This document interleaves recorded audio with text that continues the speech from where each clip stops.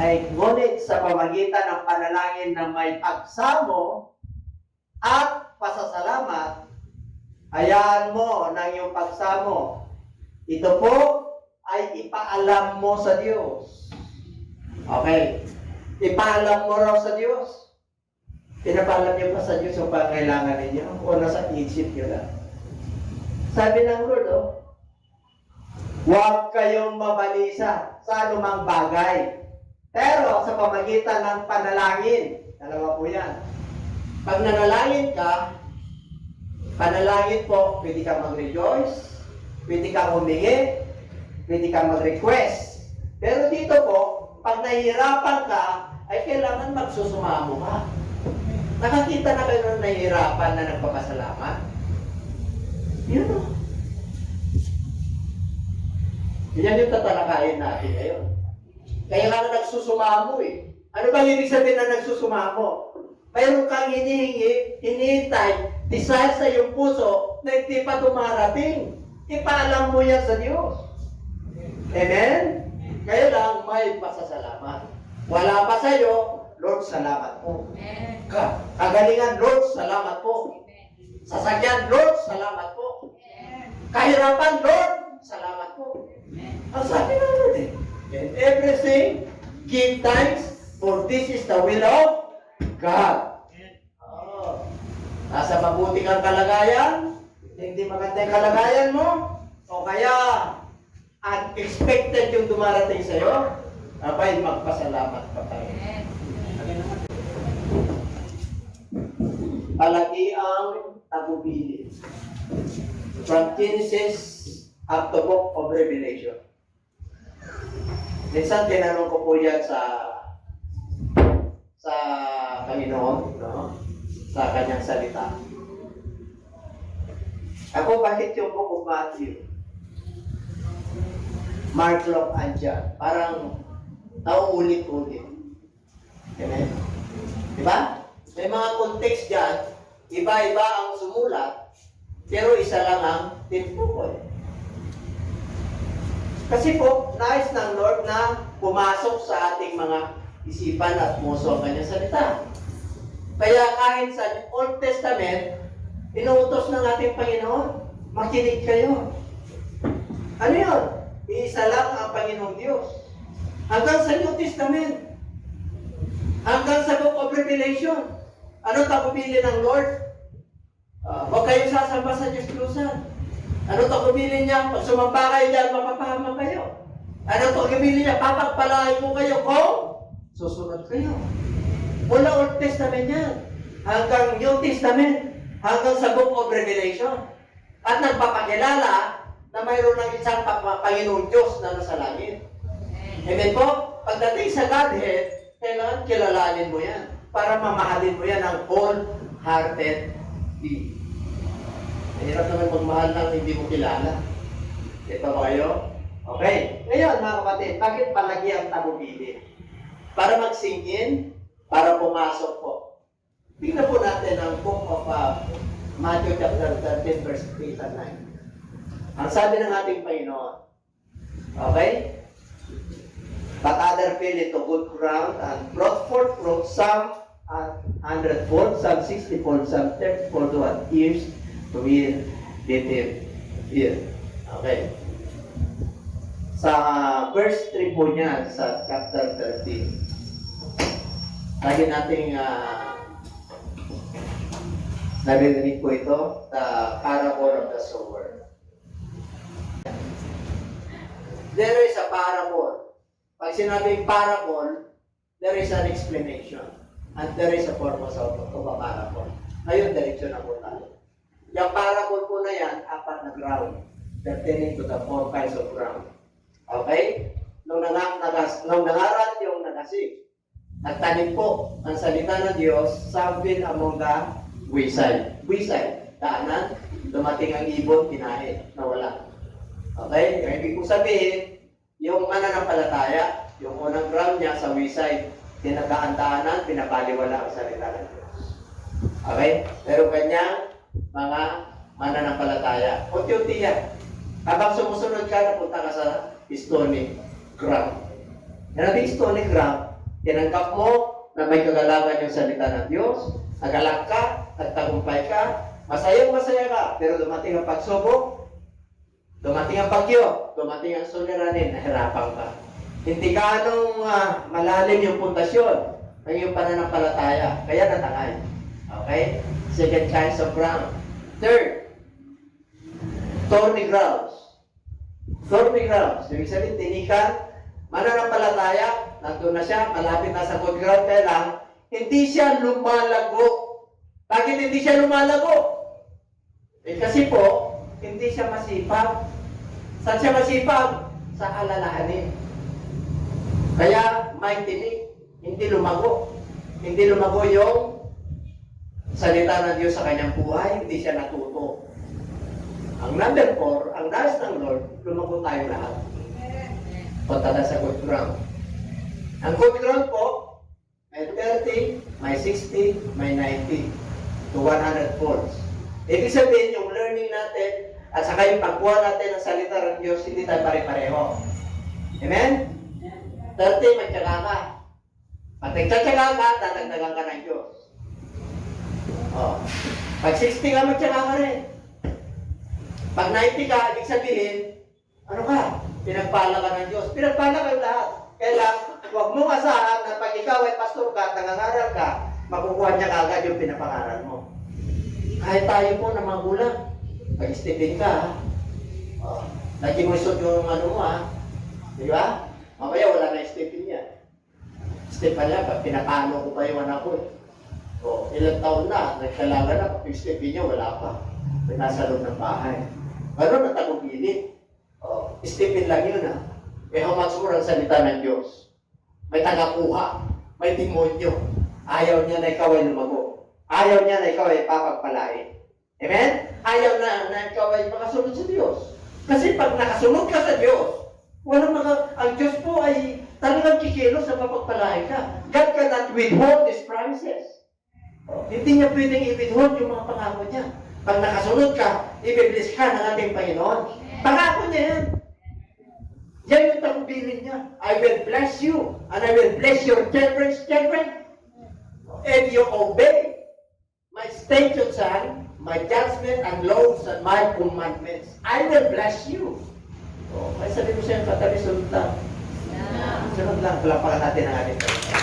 Kaya sabi niya yan, okay, yung mga good ground, nandito na kayo, tumakas kayo sa lalahanin, ano kayo tumakas? Matik ka sa mga gawa ng Diyos.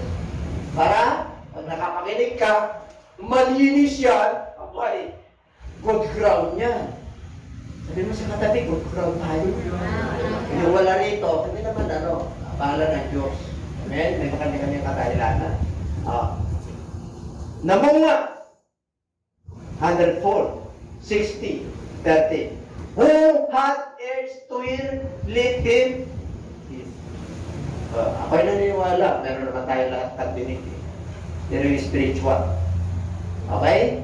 Kaya manggagawa na po kayo, kailangan malaman po natin kung ano ba itong tinatalakay po natin. Okay? Hindi na tayo lalayo. There are things to consider. Tingnan natin. 3 things to consider for not worrying. Di ba? Basta yung hindi mabalisa. Hindi nga. Tinalakay na, kasasabi lang dito eh. Tatlong bagay lang tatalakayin, hindi na tayo lalayo dyan. Number 1, be joyful. Be joyful. Sinabi na Lord saan natin makikita? Philippians 4:4. Rejoice in the Lord always. I will say it again. Rejoice. Inuulit pa Inuulit pa Ano daw? Rejoice, whether in bad or in good situation, you must rejoice. Again, I say, rejoice. Saan ka naman magre-rejoice? In the Lord. Hindi yung in the house. In the material blessing. Yes, magre-rejoice ka no? Mamaya tatalakayan natin kung paano ka magre-rejoice kung may car ka, saka may basic ka, saka may bahay ka. Hindi masama yun. Kasi nagpapasalamat ka. Pero ito matindi. Rejoice in the Lord always. How to rejoice in the Lord always?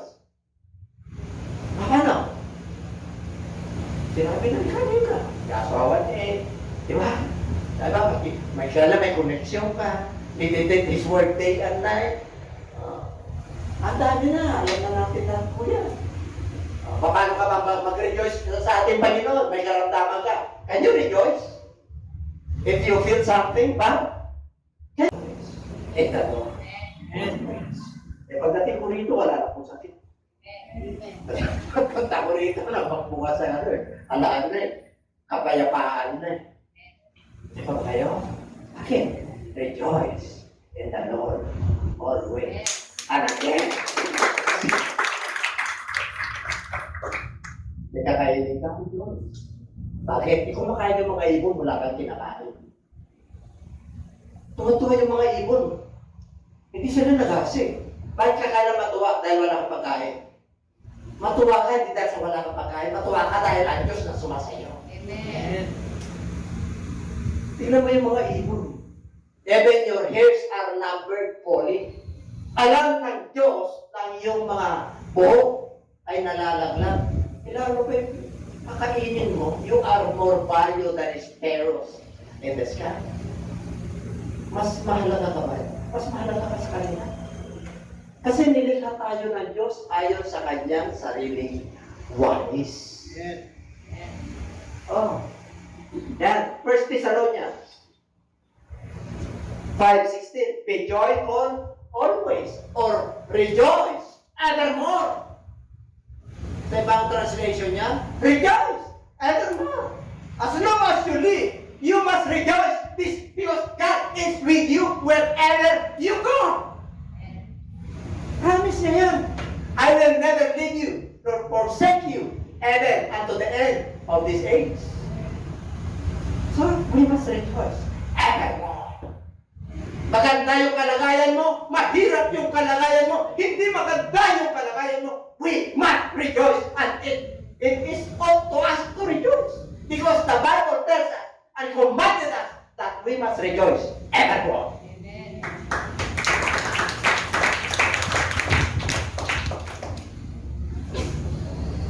Number 2.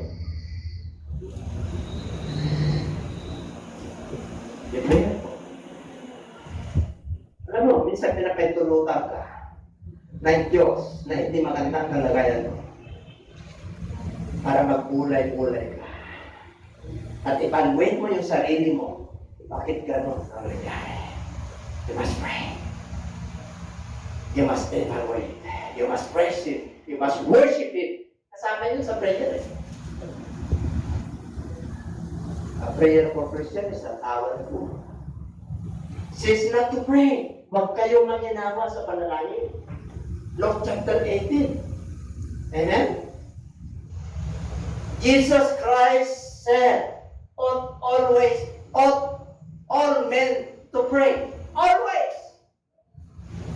It is a mandate that the believer should pray always. Amen. Meron kang awit praying without ceasing. Di ba? For this is the will of God. Ano ibig sabihin? Huwag kang manginawa. Kahit na nakakasawa na yung triumphal habit, huwag kang manginawa. Panaalala mo. Di ba? Ano ba naman yung ilang minuto lang? Magpasalamat ka sa Diyos, parte ng prayer yun. Humingi ka sa Diyos, parte ng prayer yun. Sumamba ka sa Diyos, parte ng prayer yun. Amen? Kaya hindi ka maubusan na yung panalangin eh. Maubusan ba kayo ng panalangin? Maubusan ba kayo ng... Sabi niya, Verse 6, do not be anxious about anything, but in everything by prayer and petition. No? Huwag kayong mabahala, huwag kayong mag-alala, huwag kayong mabalisa sa anumang bagay. Ngunit sa lahat ng bagay, sa pamagitan ng panalangin at pagsamo. Ayun. Sumamo ka, wala pa. Magsamo ka, Lord, I need it. Lord, kailangan ko po. Lord, kailangan ko po yung mga anak ko na graduate sila. Amen? Kasi, pangako ko yan sa mga loved ones ko. Na yung Diyos natin ang tutulong sa akin na magtapos sa aking mga anak. Nakatapos sa tulong ng Diyos. Natin eh. Eh di yun ang gagawin na paraan. Sumunod ka lang. Kung nahirapan ka naman, ay ba't manalangin ka? Kung nahirapan ka, abay mag-rejoice ka. Kung wala pa, abay magpasalamat ka na. Third, be thankful. First, be joyful. Second, be prayerful. Third, be thankful. Sabi na rin eh. With petition and thanksgiving. Kahit nahirap ka na, may nararamdaman ka na, wala kang kabuhayan, wala kang negosyo, pahirap, pandemic, pataas lahat. Ano gagawin mo? Believers, worker of God. What shall we do? The Bible tells us that we must lift up our head towards heaven. Because our salvation draweth nigh. Pag tumating yung mga ganyang mga pagsubok, itingala mo ang iyong ulo sa kalangitan sapagkat ang pagliligtas ay malapit na. Amen. Kaya nga, 2,000 years ago, pinapangaral na kaya. The Lord our God is at hand, prepared to meet the Lord in the air. That was 2,000 years ago. Hindi nagbago ang pangangaral mula noon kay Apostol Pablo, mga apostles ng ating Panginoon. Hanggang ngayon, pinapangaral natin. Yung panahon nila ay mas malayo pa. Ngayong panahon natin ay mas malapit na. Kaya nararanasan po natin ang pandemya at saka yung mga warheads, yung mga wars. Hindi na conventional ang wars ngayon. Hindi kagaya dati. Amen? Ngayon, tindutan na lang. Mapapahamak ng tao. High-tech na ngayon. Why? Because the Bible tells us that the knowledge of men shall increase. Yung nag-i-increase ng knowledge ng men sa mundo ito, ay how much more? Yung mga mananampalataya. We must increase our knowledge through His Word sa pakikisa sa ating Panginoon. Kailan nag-increase yun? Wala kayo na po na? Si Bishop, umiidad. Pero may natututo ako. Learning, non-stop ang learning habang malakas pa. Amen? Oh. Eh ako, nagulog talaga. Natututo po ako sa inyo. Pagkinig ko po. Ayaw na kung ano, basta may makuha ko, pulutin ko yung mga ano. Bakit? Because the knowledge of men shall increase. Kasama yung pananampalataya, kasama yung Word of God, kasama yung i-level up mo yung buhay mo, yung pananaw mo, pati bulsa mo. Kasi kung hindi ka mag-level up, yung inflation rate, eh tatapunan ka. How can you guard your mind, your thoughts, and your heart? Pag punong-puno ka ng kabalisahan, how can you guard? Paano mo maingatan? Kaya maraming stressful ngayon. O pati isip niya, hindi na nakakatulong. Yung puso niya, nagkakaroon ng problema. Di bakit ikaw, Bishop? Bakit may problema ka sa puso? Eh, wala tayo magawa, pinintulutan ng Diyos. Doon ako natututo. Eh, pag nararamdaman ko yun, doon ako nag-i-slow down. Bakit? Eh, kailan mag-pause ka? Para kakalimutan mo manalangin. Para kakalimutan mo petition. Para kakalimutan mo mag-joyful. Para kakalimutan mo na mag-thankful. You are not... Yeah, kasi dami na eh. Nagawa mo na ba yung nagpasalamat ka sa Diyos and you evaluate yourself the whole day kung anong ginawa mo? Ginagawa niyo ba yun? Mula umaga, ano kayo time management, nag-journal kayo? At pagdating ng gabi, pinapasalamatan mo ba yung mga isinulat mo ron? I don't think so. Bihira yan. Ako hindi ko ginawa ng tagal na panahon. Pero ngayon, hindi ko ginagawa.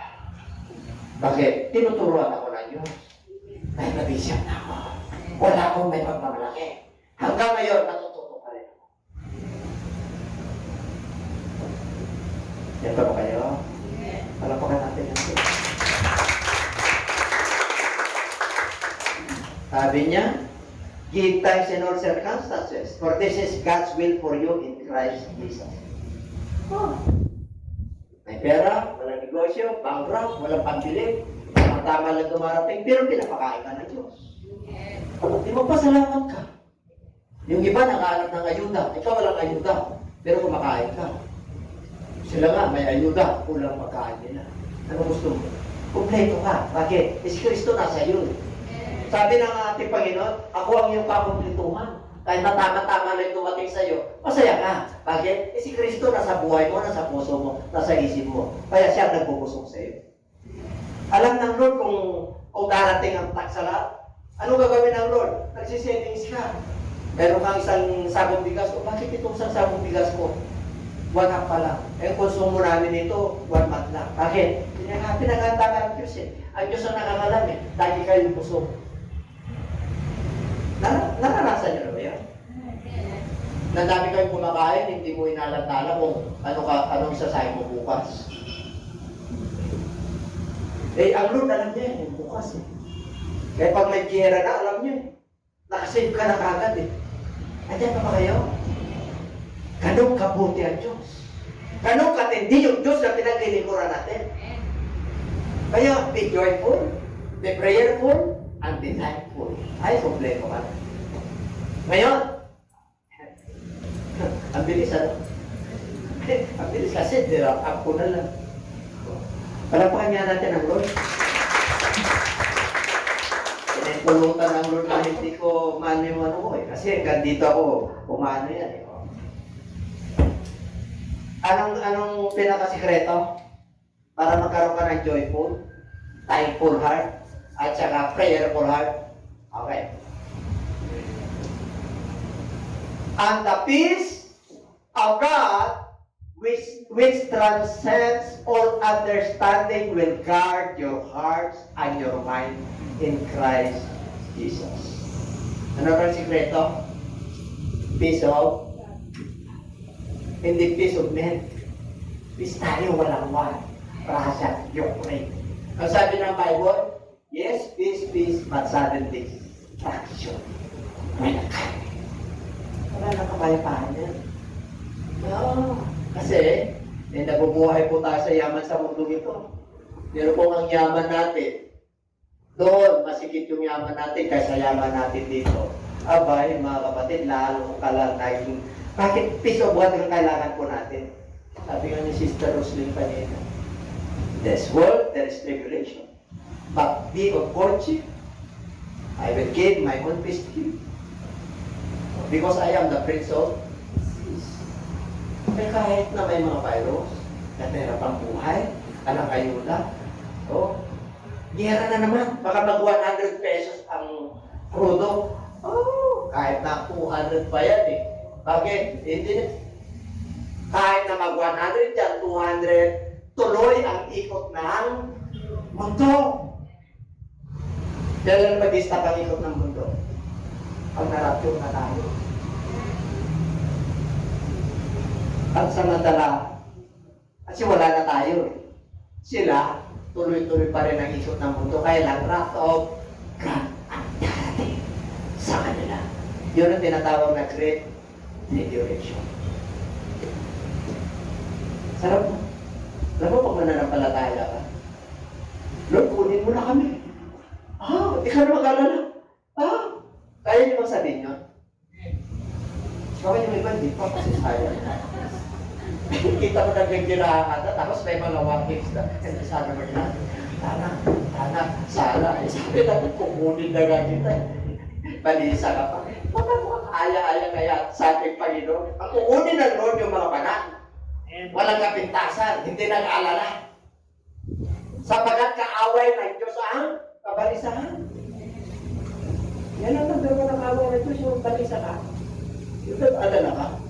Pinigyan na nga ako, itong yaman na ito, ay grabe. Di ba yaman natin? Sabi mo siya katabi, mayaman ka. Bakit? May yung tisugat pa. Ano ba ang kapayapaan ng Diyos? Ito po, yung mga bagay na hindi maunawaan at hindi malirik sa iyong pag-isip kung bakit ka masaya, kung bakit ka hindi nawawalan ng pag-asa. Walang makakapagpaliwanag sa iyo. Bakit? Yung peace of God nasa iyo. Ang Diyos nasa iyo. Hindi yung kapayapaan sa mundong ito. Payapa ka kasi may pera ka, tahimik, ayos ang kabuhayan, ayos ang mga anak, payapa ka. Pero pagsamantala lang, ang gusto ng Lord, yung kapayapaan na nagmumula sa Kanya. Hindi yung kapayapaan na nagmumula sa mga sitwasyon. Sa mundong ito, yung kapayapaan na nagmumula sa Kanya. Pag ang kapayapaan ng Lord nagmumula sa Kanya, hindi ka ma-stress. Kahit na may sakit ka sa puso, nakarelax ka. Hindi ka, kasi kapayapaan ng Diyos na sa iyo. Amen? Ano pa?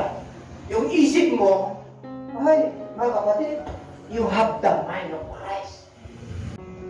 Dapat, lalo tayo mas masaya. Alam niyo kung bakit? Ibukit pa tayo. Makakapaglingkod pa tayo. Pero mo, pag naranasan natin ang radyo, pag ano mo kayo, Jesus Christ ka. Ay, yung iba, pag ano nila, kami na kayo. Ay, dapat di ko, nakakilala sa akin lang yun. Bakit tinatabi rito? Sinabi ko na lang sa inyo, isa lang ang Diyos. Mula akong Testament hanggang ngayon, ipinangarap ko na nga sa inyo. Na ako yung upo, ako yung galing sa langit, ako yung babalik sa langit, ako yung upo sa trono ko. Ako nangalim eh. Layas! Bakit? Hindi mo pala ako kilala na Lord One ka. Kaya sabi mo sa katabi, mapata mo. Pag nirapture tayo, uy, nandiyan ka pala. Uy, grabe. Paano kami na tayo? Di pa tiwarin. Di ba patiwarin? Bakit ka nakapasok dito? Kaya talaga reklamo kasi biyaya sa biyaya. Pus ako ng Holy Spirit. Yun ang pagkakaiba. Sabi mo sa katabi, hindi mo. Gentiles tayo. Pinupog tayo ng Diyos. Who are we that God is mindful of us? Sino tayo para alalahanin ng Diyos? Hindi tayo tunay na Hudyo. Tayo po ay Gentiles. Pero dahil sa kamatayan ni Kristo, ay labahin na rabay tayo puro. Hindi kanya hahayaan na mawala sa kanya. Yung iba tumatalon. Tumatalon sa kamay ng Diyos. Ito, hindi kita iwanan, naluhaan. Orphans. Ibig sabihin, I will come to you. But when the Spirit of truth comes, He will guide you into all truth. He will not speak on His own. He will speak only what He hears, and He will tell you what is yet to come. Pagpuspos ka ng Holy Spirit. Advance. Ipapaalala sa'yo ng Lord. Alam mo kung anong gagawin mo. Alam mo, kasi Diyos ang nasa niyo. Nasa atin ang Diyos. Hindi ka mapapama. Sabihin mo sa ikaw, co-worker, hindi ka mapapama. Sunod ka lang. The Spirit of Truth. Bakit? Ang daming Espiritu ngayon na kasinungalingan. Yung Spirit of Truth, kilala natin yung Diyos natin na isa lang. Pinapatunayan dito sa Bible, si Jesus Christ ang truth. Amen? Yung pagka-Diyos na kay ni Jesus, yung pagka-Diyos na kay Kristo sa buong Colossians. I am the Alpha and Omega. Ako mga kapatid. Hindi mo na pwede. Grabe po, enjoy po. Be-time po, be-prayer po. Bakit? Sa garden po ng Eden, yung mga kasala, doon tayo dadalhin sa Book of Revelation chapter 22. God will wipe away your tears. No more pain. Amen? No more pain. Spirit. In that day you will ask in mind, I am not saying that I will ask the Father on your behalf. Okay, tuloy. Until now, hanggang ngayon. Ano yun? You have not asked anything in my name. Ask and you will receive. And your joy will be full. Ano hiningi sa Lord? Ano? Hindi wala. Hindi wala. Ang hiningi sa Lord? Ito lang. If the Father on this earth give good things to their loved ones, how much more your heavenly Father will give you? The Holy Spirit. Bakit Holy Spirit? Because it is the power of God. Kung wala kang Holy Spirit, naku, ano sabi ng po Matthew chapter 24? Ikaw ay mahihimatay dahil sa mga kagimbal-gimbal na balita. Pag-discourage ka. Hindi ka na makakain. Bakit? Abang, tatamaan pa naman yung plantasyon mo ng nyoklat. Hindi ka na makakagulako. Amen? Yung pandemya lang, ang daming namatay din sa COVID, sa stress. Wala na COVID ngayon, di ba? Wala na mamatay ngayon. Pag sinipong ka ngayon, nag-isip mo, COVID pa rin. Sabi na doon, kapayapaan, ibibigay ko sa iyo. Ano dapat natin gawin? That your joy meaningful and complete. Magpapapos-pos ka na.